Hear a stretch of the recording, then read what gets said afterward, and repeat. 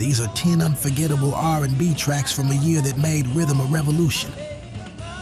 While Marvin Gaye begged for mercy, Ain't no mountain high enough, ain't no valley. the Delphonics whispered love into every corner of the block. You're so doggone pretty, I got to have you. And James Brown, So yeah, and I'm super bad. he wasn't asking for a thing. He was declaring it loud. Number 10, I Wish It Would Rain by The Temptations. Tears Behind the Tuxedo. But I wish it would rain. Oh, yeah. Released by Motown in January 1968, this classic marked a painful turning point for the Temptations. Lead singer David Ruffin poured his heart into every note, his final major vocal before being fired from the group. I gotta cry, 'cause crying. The song was penned by Roger Penzabene, a Motown lyricist who tragically took his own life shortly after finishing the lyrics, which were a direct reflection of his real heartbreak. Oh, let it rain. You can feel the agony in the strings, the storm in the backing vocals. It wasn't just a love song, it was a desperate cry masked in elegance. Smoky streets, rain-slicked sidewalks, and a voice so aching it made the sky seem heavier. Best against the window pane, my eyes search the skies. It climbed to number 4 on the Hot 100 and number 1 on the R&B charts. But its real legacy is how it captured pure sorrow in the most beautiful way possible. Rain, let it rain. I need rain to just... And if that was Heartbreak Soul, this next track is pure sensual power. Number 9, Slip Away by Clarence Carter, Southern Soul's slow burn seduction. You slip away, slip away.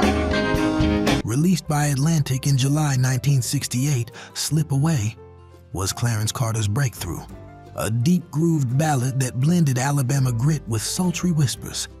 How sweet it is. A former student of Alabama State College for the Blind, Carter's musicianship was razor sharp, and he delivered every line like a knowing wink under candlelight. There's a story that Carter initially wanted Slip Away to be the B-side of Funky Fever, but DJs flipped the record and couldn't resist its slow-burning pull.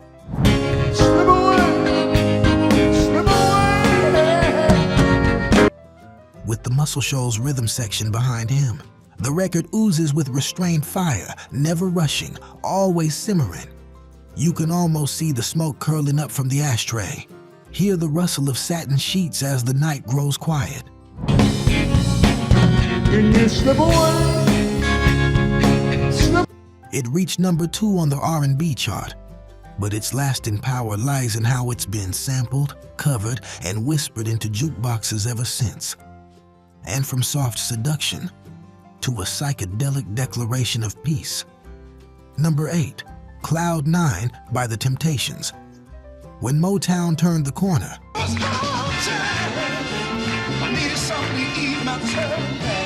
by late 1968, Motown was shifting. The Temptations teamed up with producer Norman Whitfield and leapt into uncharted territory.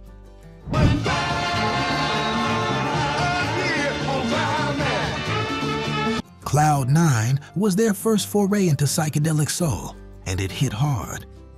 Dennis Edwards had just replaced David Ruffin, bringing a rougher, urgent tone that suited the song's social message.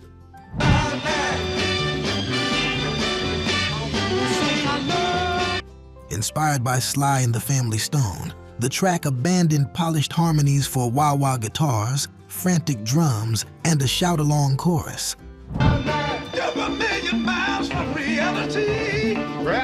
While it danced around drug use rumors, many read it as an escape anthem for Black America struggling under poverty and injustice. This wasn't Motown's usual cocktail party fare. It was a protest wrapped in funk.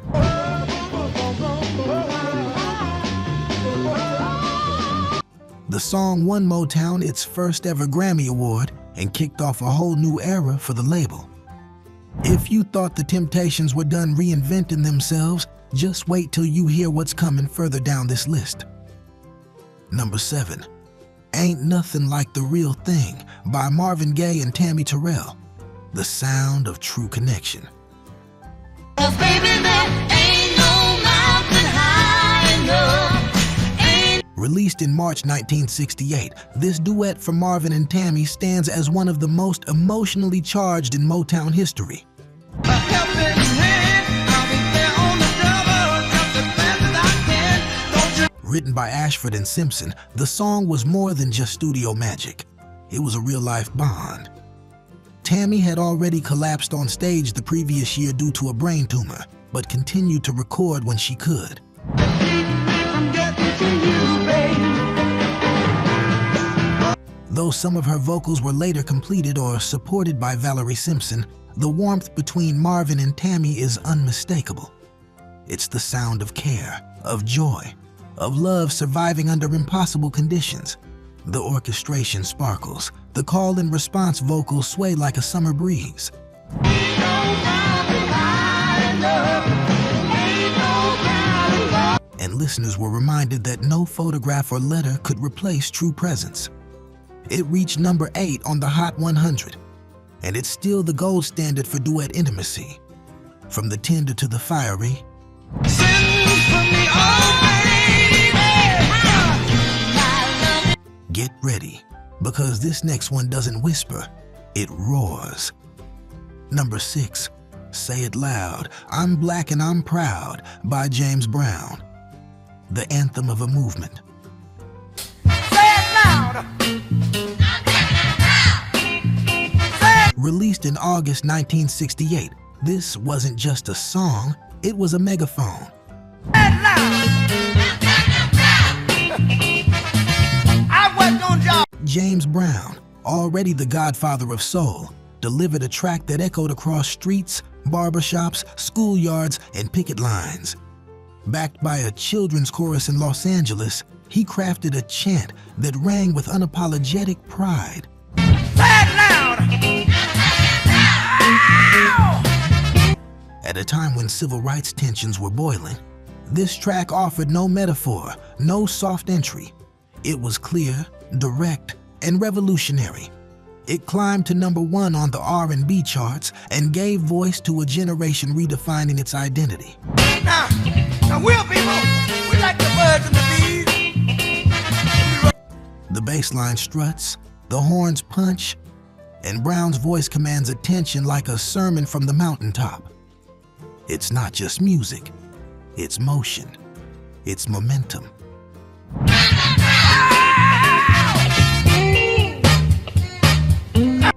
If these classics from 1968 are bringing back memories, give this video a thumbs up.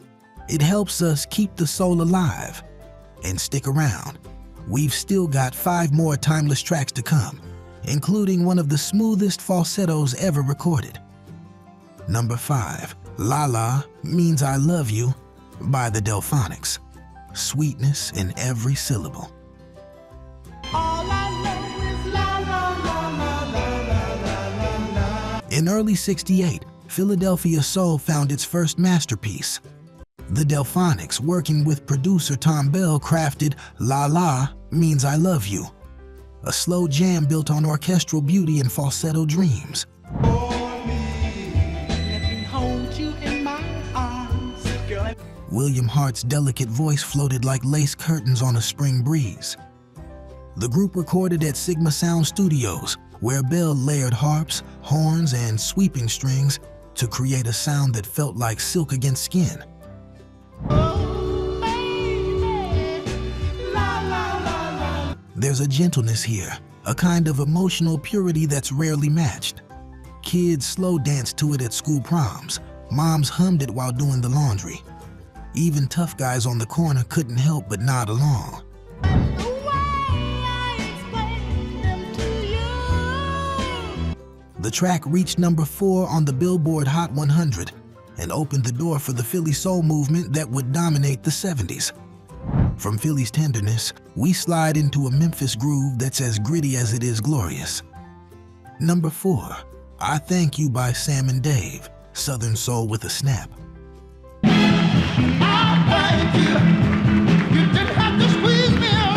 Released by Stax Records in January 1968, I Thank You was Sam and Dave at their most infectious. She did, but she did. I thank you. Written by Isaac Hayes and David Porter, the song bursts out the gate with a gospel-style shout and rolls straight into one of the tightest grooves of the year. I thank you. You didn't have to hold me like you did. Recorded at Stax Studios with Booker T and the MGs backing, the energy is electric. The call and response between Sam and Dave is like a conversation between two old friends hyped up on rhythm. Thank you, sir. There's hand claps, horns, and enough swagger to power a block party. Legend has it that when they performed this track live, they had to beg the crowd to sit down afterward. It was that rousing. The song hit number 4 on the R&B charts.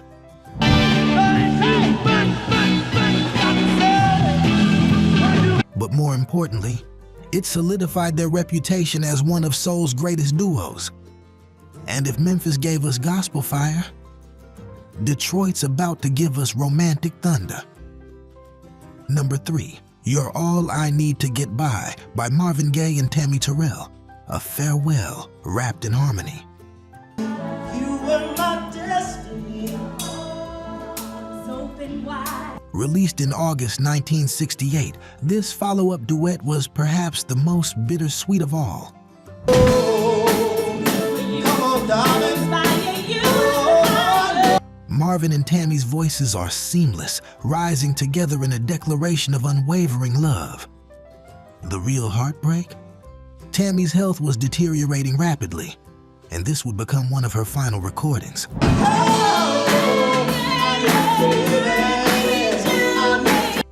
Ashford and Simpson wrote it as a vow, strong, grounded, and full of promise.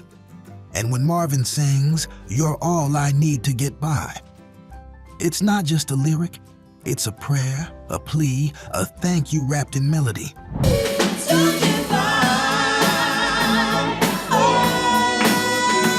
The production is lush but never overbearing. Gospel roots, Motown polish, and emotional honesty blend into something timeless.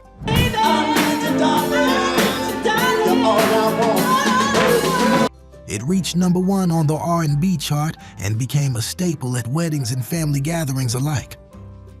But trust me, nothing will prepare you for what's coming at number 1. Before that though, let's take it to the dance floor. Number 2, Tighten Up by Archie Bell and the Drells. Houston gets funky. In Houston, we just started a new dance called the Tighten Up. Straight out of Texas, Archie Bell and the Drells dropped this bombshell in spring 1968. Tighten Up wasn't just a song, it was a groove revolution. Tighten it up. Yeah. Now let that.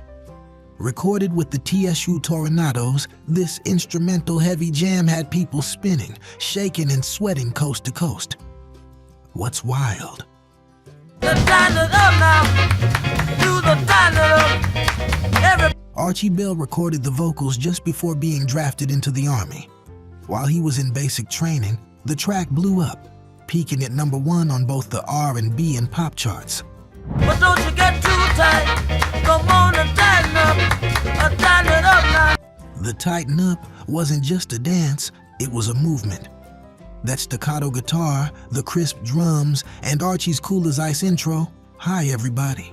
Yeah, now everybody tighten it up now. Now look here. Made it a party favorite for generations. DJs still drop it in sets today, from the dance floor to the depths of emotion. Our number 1 track is a heartbreaker for the ages. Number 1, Sitting On, The Dock of the Bay by Otis Redding, a soul whisper from beyond. The evening comes, watching the ship. Released posthumously in January 1968, just weeks after Otis Redding's tragic plane crash, Dock of the Bay is a masterpiece of quiet power. On the dock of the bay, wasting time. It was recorded at Stax Studios in Memphis just days before his death, and it marked a sonic departure, more contemplative, more mellow than his usual grit. Steve Cropper helped shape the song's delicate acoustic tone, seagull sound effects and all. I'm sitting on the dock of the bay. Otis had just played the Monterey Pop Festival and was ready to expand his sound, aiming for something that crossed soul, folk, and pop. You can hear the exhaustion, the reflection, and the hope in every line. The whistled outro? It wasn't finished lyrics. It was a placeholder that became immortal. So I guess I'll remain the same. Just sitting here. It hit #1 on the Hot 100 and became his signature anthem. Not because it was his biggest, but because it was his most human. A soul pausing, just long enough to make the world feel every note. Wasting time. From Motown magic to Memphis grit, 1968 gave us soul that screamed, whispered, and wept. And every one of these tracks still echoes in our hearts. Thanks for joining us on this soul stroll. Subscribe to keep the groove alive and never miss our next stroll. Up next, 10 R&B songs from 1969 we'll never forget. Click it, and let's keep the rhythm rolling.